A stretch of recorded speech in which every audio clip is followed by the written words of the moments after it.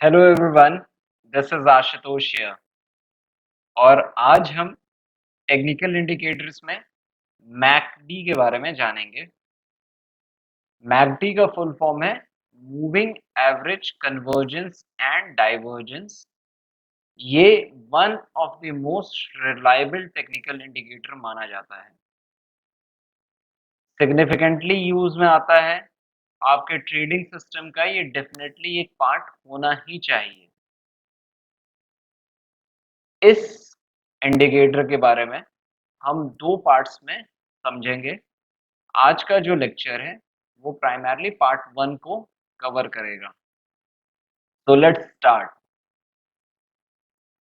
Theory ये है कि it is considered to be very reliable और मेजॉरिटी ऑफ द ट्रेडर्स और investors use it for reference. Develop किया था गेराल्ड एप्पल ने and it is obtained by convergence and divergence of two moving averages. मैं आप लोगों से request करूंगा कि अगर आप लोगों ने मूविंग एवरेजेस के वीडियो नहीं देखे हैं तो आप प्लीज उन्हें देख लीजिए। Those are very important videos, आपको काफ़ी हेल्पफुल रहेंगे मैकडी को समझने के लिए। तो मैकडी मैकडी एक तरीके से आप कहें तो एक सिस्टम है, एक इम्प्रोवाइज्ड सिस्टम है। कैसे? पहले हम क्या करते हैं, मैकडी को का फर्स्ट स्टेप जो है वो है calculation of a CD value, convergence and divergence value. हम पहले समझते हैं कन्वर्जेंस एंड डाइवर्जेंस वैल्यू होता क्या है। So convergence and divergence value is obtained by subtracting 26-day exponential moving average। या आप डी मैंने कहा है, ये टाइम फ्रेम आप कर लीजिए। आपका मान लीजिए 15 मिनट का टाइम फ्रेम होगा, 30 मिनट का टाइम फ्रेम होगा, तो आपका जो भी टाइम फ्रेम है 26 टाइम फ्रेम का जो एक्सपोनेंशियल मूविंग एवरेज है उसको हम सब्सट्रैक्ट करते हैं 12 टाइम फ्रेम के एक्सपोनेंशियल मूविंग एवरेज के लिए। आगे लेक्चर में मैं टाइम फ्रेम में प्राइमरली डे के बारे में बात करूंगा, इसलिए मैं बार बार डे बोलूंगा। तो आप क्या करेंगे, 26 को टाइम फ्रेम को आप 12 टाइम फ्रेम से माइनस करेंगे। जब आप माइनस करेंगे तो आपको क्या मिलेगा, आपको एक कन्वर्जेंस एंड डाइवर्जेंस की वैल्यू मिलेगी जिसको हम प्लॉट करते हैं। मैं आपको बताता हूँ, this is the first step. MACD के कैलकुलेशन में ये फर्स्ट स्टेप है। आपको इसकी चिंता नहीं करनी है क्योंकि आपका सॉफ्टवेयर जो है, ब्रोकर्स के जो भी सॉफ्टवेयर्स हैं, most of them help you in calculating the value. आपको कैसे कैलकुलेट हो रही है वो उसकी उसकी चिंता नहीं करनी है, आपको कुछ भी करना नहीं पड़ेगा एक्सेल में। The softwares are capable enough of giving you the data आज की तारीख में। लेकिन मैं फिर भी आपको समझा रहा हूँ कि कैसे इसकी वर्किंग होती है पीछे से। तो आपने क्या किया, आपने 26 को 12 से सब्सट्रैक्ट किया। इसका मतलब ये देखिए, यहाँ पे ये डेटा पड़ा हुआ है। इस तारीख को अगर कोई प्राइस क्लोज हुआ था तो इससे पहले आपने 12 डेज का डेटा लिया और उससे आपने 12 डे का एक्सपोनेंशियल मूविंग एवरेज निकाला। और उसी तरीके से 26 डे का टाइम फ्रेम का डेटा आपने लिया और 26 डे का एक्सपोनेंशियल मूविंग एवरेज निकाला। आपने 26 को 12 से सब्सट्रैक्ट कर दिया, यहाँ पे आपने वैल्यू प्लॉट कर ली। That is called as your MACD और convergence and divergence value. Signal जो है, सिग्नल किस तरीके से आता है, ये सब्सिक्वेंट स्टेप है। इसके बारे में मैं आगे आपसे बात करूंगा, इसलिए अभी नहीं कर रहा हूँ। अभी आपने क्या किया, आपने कन्वर्जेंस एंड डाइवर्जेंस वैल्यू निकाल ली विच यू प्लॉटेड हियर। यहाँ पे आपने उसे नोट कर लिया है। अब एक एक दिन आपका बढ़ता जाएगा, आप आपका डेटा नीचे की तरफ शिफ्ट होता जाएगा, जो कि हम मूविंग एवरेज में समझ चुके हैं। और आप 12 माइनस 26 का वैल्यू प्लॉट करते जाएंगे। अब देखिए, अब इंटरेस्टिंग क्या है, ये जो कन्वर्जेंस एंड डाइवर्जेंस वैल्यू है, अगर वो पॉजिटिव है, 12 जो है वो शॉर्टर टाइम फ्रेम का है, तो शॉर्टर टाइम फ्रेम से जब आप लार्जर टाइम फ्रेम जो 26 डे का है उसको जब आप सब्सट्रैक्ट कर रहे हो और वो पॉजिटिव वैल्यू आ रही है तो वो पॉजिटिव ट्रेंड दिखाता है। और अगर ये नेगेटिव वैल्यू आ रही है तो वो नेगेटिव ट्रेंड दिखाता है। सब्सिक्वेंटली ये मोमेंटम की स्ट्रेंथ को भी रिप्रेजेंट करता है, मतलब मोमेंटम में कितनी स्ट्रेंथ है, वो बढ़ रही है, कम हो रही है, ये इस चीज का रिप्रेजेंटेशन है। कैसे? देखिए, अब यहाँ पे आपने क्या किया, 12 माइनस 26 की वैल्यू मान लीजिए अगर 50 हो, फिर उसके बाद बढ़ के 55 हो, फिर उसके बाद बढ़ के 60 हो, 70 हो, 80 हो, 110 हो। तो जैसे जैसे ये वैल्यूज बढ़ती जा रही हैं इसका मतलब आपका मोमेंटम बढ़ रहा है। लेकिन अगर 110 जाने के बाद ये कम हो जाए, कम हो जाए मतलब कि ये 80 हो जाए। तो क्या हो रहा है कि आपका जो 12 डे का मूविंग एवरेज है, 12 टाइम फ्रेम का जो मूविंग एवरेज है, वो कहीं न कहीं अब फ्लैटेंड हो रहा है या 26 वाला जो मूविंग एवरेज है, ये तेज़ी से उसे पिक कर रहा है। तो दोनों के बीच का जो डाइवर्जेंस है वो कम हो रहा है। पहले क्या था डाइवर्जेंस बढ़ रहा था 60 से 70, 70 से 80, 80 से 110 होना और अब क्या हुआ 110 से 80 होना, फिर 60 होना, फिर 50 होना, फिर 0 होना। तो ये वैल्यूज़ जो हैं वो बढ़ती हैं। इसी तरीके से नीचे की तरफ की अगर सब्सट्रैक्ट करने पे मान लीजिए 12 से 26 आपने सब्सट्रैक्ट किया और वैल्यू आ गई -60। अगला फिर सब्सट्रैक्शन रो की वैल्यू आ गई -80, -110, -150 और फिर उसके बाद वो वैल्यूज कम होने लगती है -150 से 100, -100 फिर -50, -30। तो पहले जब ये एब्सोल्यूट वैल्यूज जब बढ़ रही होती हैं तो वो ट्रेंड या मोमेंटम के स्ट्रेंथ का बढ़ना बताता है और जो वो वैल्यूज कम होती हैं तो वो मोमेंटम का घटना बताता है। मोमेंटम किस चीज का? प्राइस के मूवमेंट का। तो ध्यान रखिएगा higher momentum is represented by higher magnitude of the CD value. CD मतलब convergence and divergence value. MACD spread करके एक टर्म है primarily this is nothing else but the difference between two moving averages. जो दो moving averages हैं उन दोनों का डिफरेंस है। जैसे जैसे आपका स्प्रेड बढ़ेगा, स्प्रेड मतलब कि जो डिफरेंस है अभी हम लोगों ने जितनी भी चीजें डिस्कस की ये वही है कि जैसे जैसे दोनों के बीच का स्प्रेड बढ़ेगा इसका मतलब ये कि जो आपका शॉर्टर टाइम फ्रेम वाला है 12 डे का वो तेजी से भाग रहा है। तो तेजी से भाग रहा है मतलब मोमेंटम बढ़ रहा है। तो जैसे जैसे वो मोमेंटम बढ़ता जाएगा आप समझिए कि प्राइस में मूवमेंट ऊपर की तरफ बढ़ता जाएगा। With momentum decreasing the spread too decreases and when the momentum increases the spread too increases. तो ध्यान रखिएगा जैसे जैसे मोमेंटम बढ़ता है वैसे वैसे वो स्प्रेड बढ़ता है। अगर ये आप यहाँ तक क्लियर हैं तो अब मैं आपको ये रिप्रेजेंट करता हूँ। आप देखिए जब आप सॉफ्टवेयर में और हम आगे आपको बताएंगे इसको डिप्लॉय करने का, लेकिन जब आप मैगडी अप्लाई करते हैं तो मैगडी एप्लीकेशन के बाद इस तरीके की एक लाइन बनती है which is our convergence and divergence line. Convergence and divergence line में if you notice this is the zero value which is called as the central line।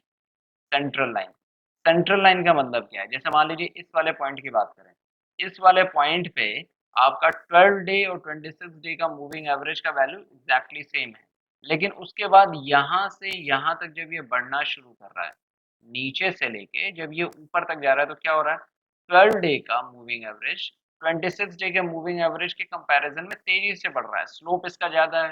तभी तो क्या कहते हैं शॉर्टर टाइम फ्रेम में ये रिएक्ट हो रहा है। इसका मतलब कि शॉर्टर टाइम फ्रेम में मोमेंटम बढ़ चुका है। तो जब मोमेंटम बढ़ चुका है तो मोमेंटम बढ़ने की वजह से क्या होगा प्राइस ऊपर की तरफ भागेगा। कहने का मतलब ये कि प्राइस भाग रहा है वो रिप्रेजेंट हो रहा है क्लोजिंग प्राइस और फिर हम मोमेंटम के वैल्यू को प्लॉट कर रहे हैं। But at the same time अगर रीसेंट ट्रेंड हमारा बढ़ता हुआ है तेजी से 12 डे का एक्सपोनेंशियल मूविंग एवरेज बढ़ रहा है तो हम नेचुरली ये अज्यूम करेंगे कि यही मोमेंटम आगे भी कंटिन्यू होता है। इसीलिए आप इस वाले जोन में देखेंगे तो प्राइस बढ़ता है। इस वाले जोन में जब जीरो के नीचे बढ़ रहा होता है वैल्यू, जब ये जीरो के नीचे स्लोप हो रहा है तो ये मोमेंटम नीचे की तरफ है, नेगेटिव ट्रेंड का रिप्रेजेंटेशन है। लेकिन अब देखिए मैं आपको बहुत ही इंपॉर्टेंट चीज बताने वाला हूं और वो ये वाला जोन है। ये वाला जोन, ये जोन सेंट्रल लाइन के ऊपर है, लेकिन ये जो डाइवर्जेंस है दोनों का कन्वर्जेंस एंड डाइवर्जेंस वैल्यू ये कम हो रही है। कम होने का मतलब ये है कि 12 डे का मूविंग एवरेज या तो फ्लैटेंड हो रहा है या 26 डे का उसको उसके पास पहुंच रहा है। तो ये वाला जो पोर्शन है ध्यान रखिएगा ये वाला पोर्शन ये नेगेटिव ट्रेंड को रिप्रेजेंट नहीं करता है, ध्यान रखिएगा। It may be representing a negative trend, may be, लेकिन हमेशा ये नेगेटिव ट्रेंड को रिप्रेजेंट नहीं करता है। कैसे? अब आप इमेजिन करिए, मान लीजिए मेरा 12 डे का मूविंग एवरेज ऐसे तेजी से बढ़ रहा था और अब वो फ्लैटन होने लगा है यहाँ पे, और मेरा 26 डे का मूविंग एवरेज उसे फॉलो कर रहा था, ऐसे ऐसे ऐसे ऐसे फॉलो कर रहा था। तभी आप देखिए इस वाले रेंज में वैल्यू कम थी, डिफरेंस कम था, इस वाले रेंज में डिफरेंस ज्यादा है, इस वाले रेंज में डिफरेंस और ज्यादा है। लेकिन जैसे जैसे टाइम बढ़ा और ये फ्लैटन होता गया, ये इसके पास पहुंचने लगा, तो ये वाला जो डिफरेंस है ये रिलेटिवली इसके कंपैरिजन में ये डिफरेंस कम हो रहा है। फिर ये इसके पास पहुंच रहा है, तो ये इसके इसके कम हो रहा है। तो ये डिफरेंस को रिप्रेजेंट करता है, ये लाइन जो है ये डिफरेंस को रिप्रेजेंट कर रही है ना, तो ये डिफरेंस जो है वो कम हो रहा है।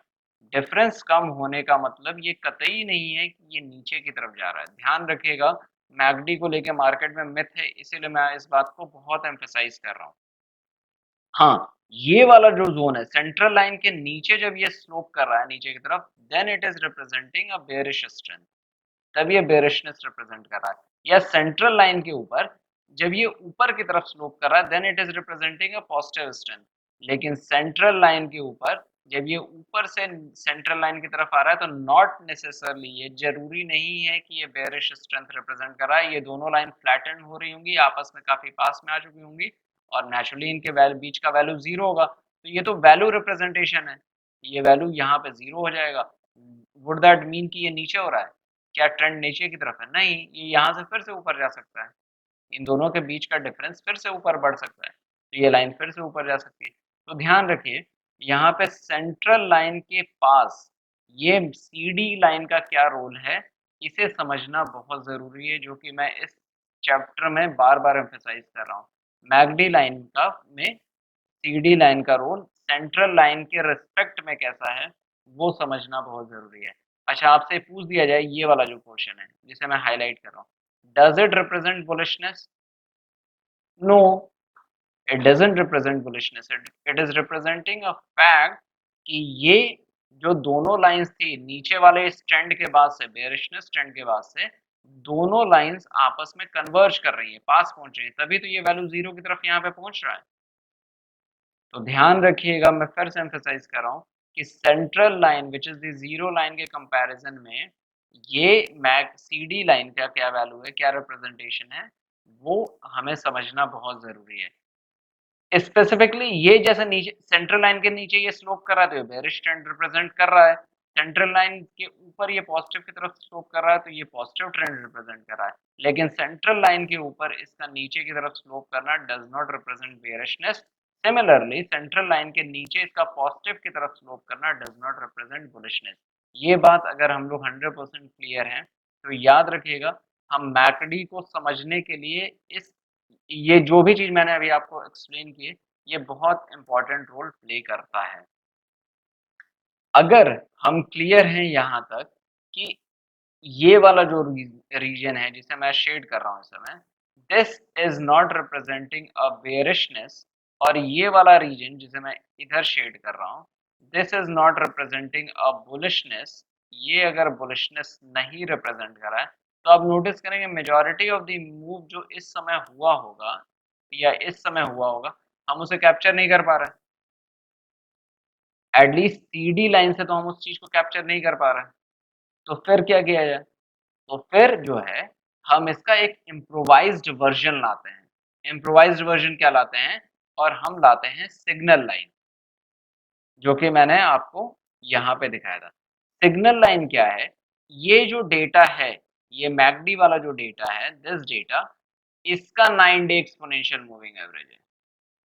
सिग्नल जो है, ये इस वाले डेटा का, जैसे ये 9 डेज का डेटा है, इस 9 डेज के डेटा का ये एक्सपोनेंशियल मूविंग एवरेज है 9 डेज का। तो नथिंग एल्स, आपने पहले क्या किया, एक CD लाइन बनाई जो कि 12 और 26 का डिफरेंस है, और फिर आपने एक सिग्नल लाइन बनाया है। उस सिग्नल लाइन में आपने इस मैकडी के ही डेटा को यूज करके एक उसका 9 डे का एक्सपोनेंशियल मूविंग या 9 टाइम फ्रेम का एक्सपोनेंशियल मूविंग एवरेज निकाल दिया है, तो वो आपका सिग्नल लाइन हो जाता है। तो देखिए अब क्या हो गया, अब आपका इस तरीके से दो लाइंस बन जाती हैं, एक ये नीचे की तरफ जाने वाली लाइन, विच इज जो ब्लैक कलर में है वो आपकी मैकडी लाइन है, और जो रेड है वो आपका सिग्नल लाइन है, जो रेड है वो सिग्नल लाइन है। तो पहले की इसमें आपके पास सिर्फ एक ये CD लाइन आ रही थी, कन्वर्जेंस एंड डाइवर्जेंस लाइन, लेकिन अब सिग्नल लाइन आ जाने की वजह से आपका आपका एक इम्प्रोवाइज्ड सिस्टम बन गया है। कैसे बना है? देखिए, whenever this crossover happens, जब भी मैकडी लाइन या CD लाइन जब भी सिग्नल लाइन को कट करेगी पॉजिटिव की तरफ, तो वो पॉजिटिव बिहेवियर रिप्रेजेंट करता है, पॉजिटिव ट्रेंड रिप्रेजेंट करता है। और जब भी ये क्रॉसओवर नीचे की तरफ होता है, तो वो नेगेटिव बिहेवियर रिप्रेजेंट करता है। जैसे देखिए आपने यहाँ देखा जब ये क्रॉसओवर यहाँ पे हो रहा है तो उसके रिलेटिवली ये प्राइस ऊपर की तरफ जा रहा है और जब ये क्रॉसओवर ऊपर की तरफ हो रहा है तो ये यहाँ नीचे की तरफ होने की कोशिश कर रहा है तो देखिए प्राइस नीचे की तरफ मूव कर रहा है। फिर यहाँ पे देखिए क्रॉसओवर पॉजिटिव की तरफ हो रहा है तो प्राइस ऊपर की तरफ जा रहा है। फिर ये क्रॉसओवर नीचे की तरफ हो रहा है तो प्राइस थोड़ा सा नीचे की तरफ जा रहा है। तो ये तो हुआ सिस्टम का फॉर्मेशन, ये सिस्टम का फॉर्मेशन की हमने बात कर ली है। आगे वाले चैप्टर में चूंकि ये लंबा लेक्चर हो गया है, आगे वाले चैप्टर में मैं आपको जो पार्ट 2 है मैकडी का पार्ट 2 उसमें इसके यूसेज के बारे में बात करूंगा विच इज दीज टू कि मैकडी को आप यूज करके किस तरीके से ये समझेंगे कि मोमेंटम कब आपके फेवर में है और कब आपके फेवर में नहीं है, जिसके बारे में हमने थोड़ी सी भी चर्चा की है इस वीडियो में। और दूसरी चीज हम ये समझने की कोशिश करेंगे कि प्राइस और मोमेंटम के बीच का जो डाइवर्जेंस होता है उसको आप कैसे गेज करेंगे और अपने बेनिफिट के लिए या अपने यूसेज के लिए आप किस तरीके से लाएंगे। So this is what I wanted to discuss in part 1 of MACD. I'll be coming back with the part 2 pretty quickly. Thank you for watching this. Hope you would have liked the